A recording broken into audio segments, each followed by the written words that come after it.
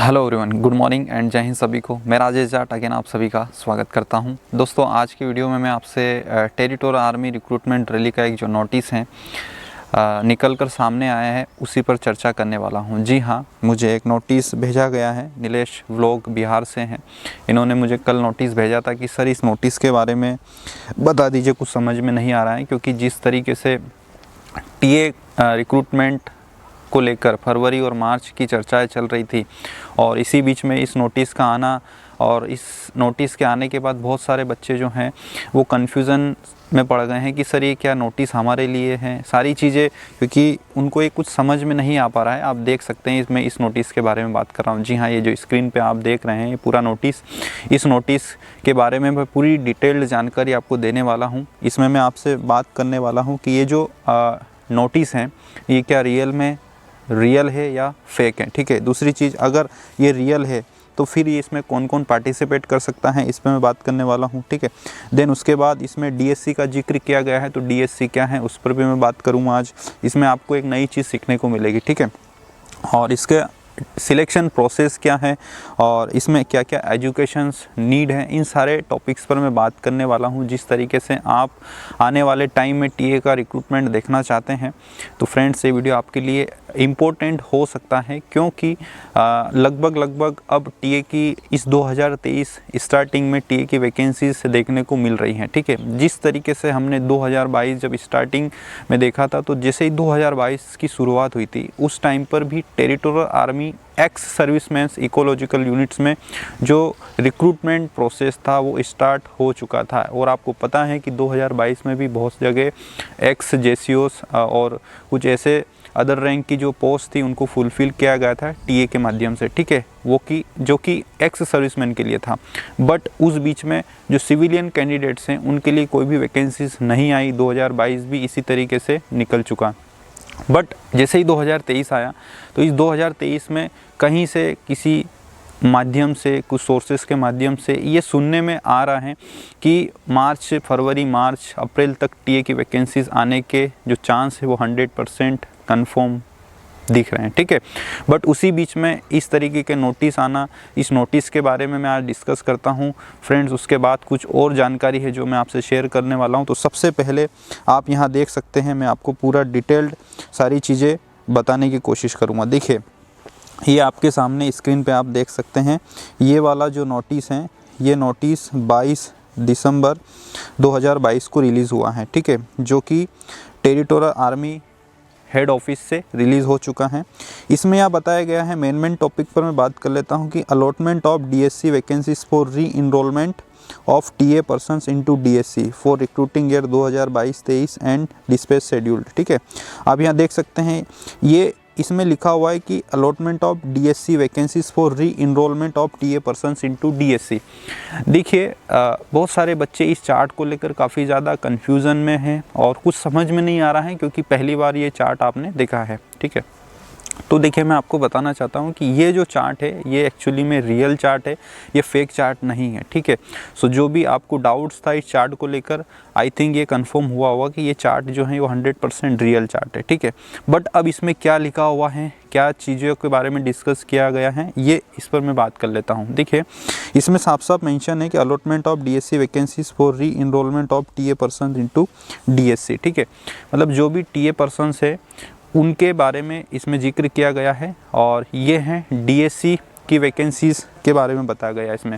अब डीएससी क्या होता है, देखिए आपको अगर पता हो तो इंडियन आर्मी में जो भी सोल्जर्स होते हैं अपनी सर्विस पूरा करने के बाद जब रिटायरमेंट ले लेते हैं, देन उसके बाद उनके पास एक ऑप्शन होता है री ज्वाइनिंग करने का। जी हाँ, फिर से TA Indian army military defence forces में वो जा सकते हैं अगर इच्छुक हैं तो। बट उनके लिए कौन सा सोर्स होता है, वो होता है डीएससी। ठीक है, डीएससी के माध्यम से वो फिर से इंडियन आर्मी का पार्ट बन सकते हैं।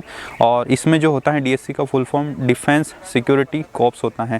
जैसे आप सभी को पता है इसकी जो सर्विस होती है लगभग जैसे डीआरडी हो गया, defence research development organisation, air force base station हो गए। ठीक है, और बहुत सारी जैसे रेजिमेंटल सेंटर्स हो गए, उनके सब रेजिमेंटल सेंटर्स के अंदर इनकी ड्यूटीज़ तैनात होती हैं। ठीक है, तो ये वैकेंसीज़ उसी के रिगार्डिंग है। उसी प्रकार सिमिलर बेसिस पे टीए की वैकेंसीज़ हैं ये, और टीए में भी जो टीए पर्सन्स है उनके लिए डीएससी के लिए ये नोटिस जारी हुआ है। उसमें यहाँ पर आप देख सकते हैं ये यूनिट्स लिखी हुई हैं, 101 टीए और 109 TA Maratha light infantry battalion, Punjab Sikh light infantry, पेरा, महार, मद्रास, कुमाऊं एंड नागा डोगरा रेजिमेंट, इन सभी को मिलाकर इनके यहाँ पर डेट ऑफ रिपोर्टिंग देख सकते हैं आप ये यहाँ पर, ठीक है। ड्यूरेशन ऑफ कोर्स, मतलब ये जो अगर ओवरऑल में बात करूँ तो ये वैकेंसीज़ एक्स सर्विसमैन के लिए हैं, ठीक है। आई थिंक ये वैकेंसीज़ उनके लिए, ये हम सिविलियंस कैंडिडेट्स की वैकेंसीज़ नहीं हैं, ठीक है।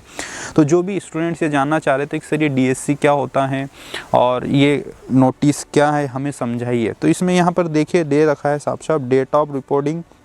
अगर मैं मराठा लाइट इन्फेंट्री की बात करूँ तो 21 से 22 जनवरी 2023 को इनको डेट ऑफ रिपोर्टिंग करना है, और ड्यूरेशन ऑफ कोर्स 23 जनवरी 2023 से 4 मार्च 2023 तक, मतलब इनका जो ट्रेनिंग शेड्यूल है डीएससी का वो चलने वाला है।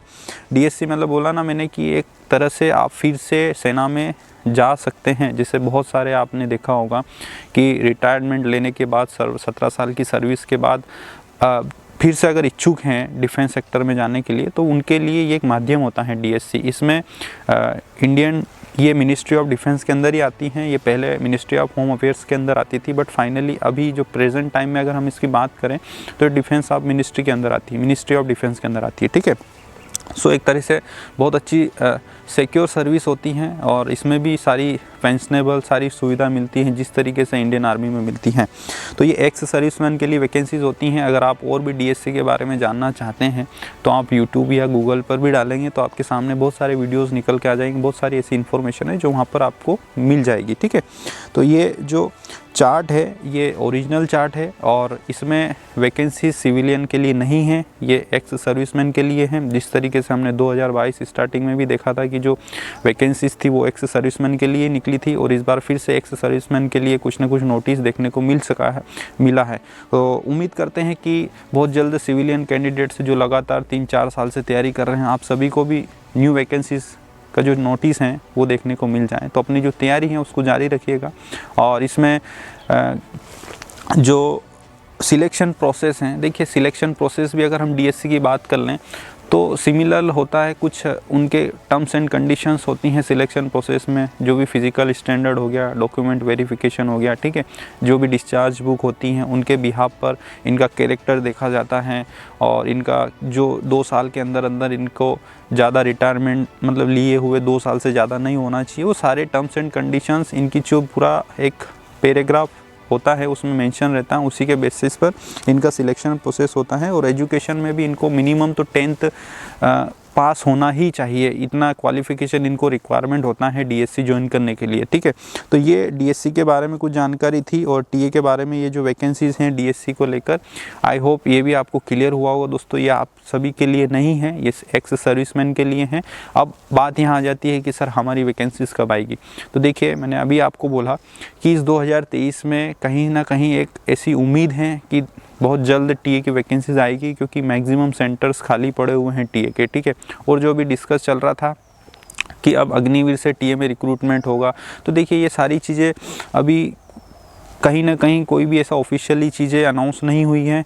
और जैसे अभी बहुत थोड़े दिन पहले भी आप सभी को पता होगा कि अग्निवीर का जो रिटर्न एग्ज़ाम्स है वो पहले होने के डिस्कस हुआ था, बहुत सारे न्यूज़पेपर्स में एमओयू साइंस हुए हैं, और जो सेंटर्स पे एग्ज़ाम्स हुई थी वहाँ पर भी जो रिक्रूटिंग ऑफिसर्स थे उन्होंने भी ये बात बताई थी उन बच्चों को जिन्होंने रिटर्न दिया था कि अब आपका रिटर्न एग्ज़ाम्स पहले होगा, ठीक है। बट अभी लेटेस्ट एक न्यूज़ आई है न्यूज़पेपर के माध्यम से कि नहीं, हमने इस जो चेक ये जो न्यूज़ वायरल हो रही थी उसको चेक करवाया, तो अभी ऐसा कोई भी पुष्टि नहीं हुई है कि रिटर्न एग्ज़ाम्स पहले होगा। तो उस पर भी मैं नेक्स्ट वीडियो में डिस्कस करने वाला हूँ पूरा कि क्या इसका 100% क्या होगा या नहीं होगा, क्या असमंजस की स्थिति बनी हुई है आपके माइंड में भी, क्योंकि जो भी सारी चीज़ें निकल गए वो लगभग इंडिया लेवल पर आप सभी को वीडियोस के माध्यम से मिल चुकी थी।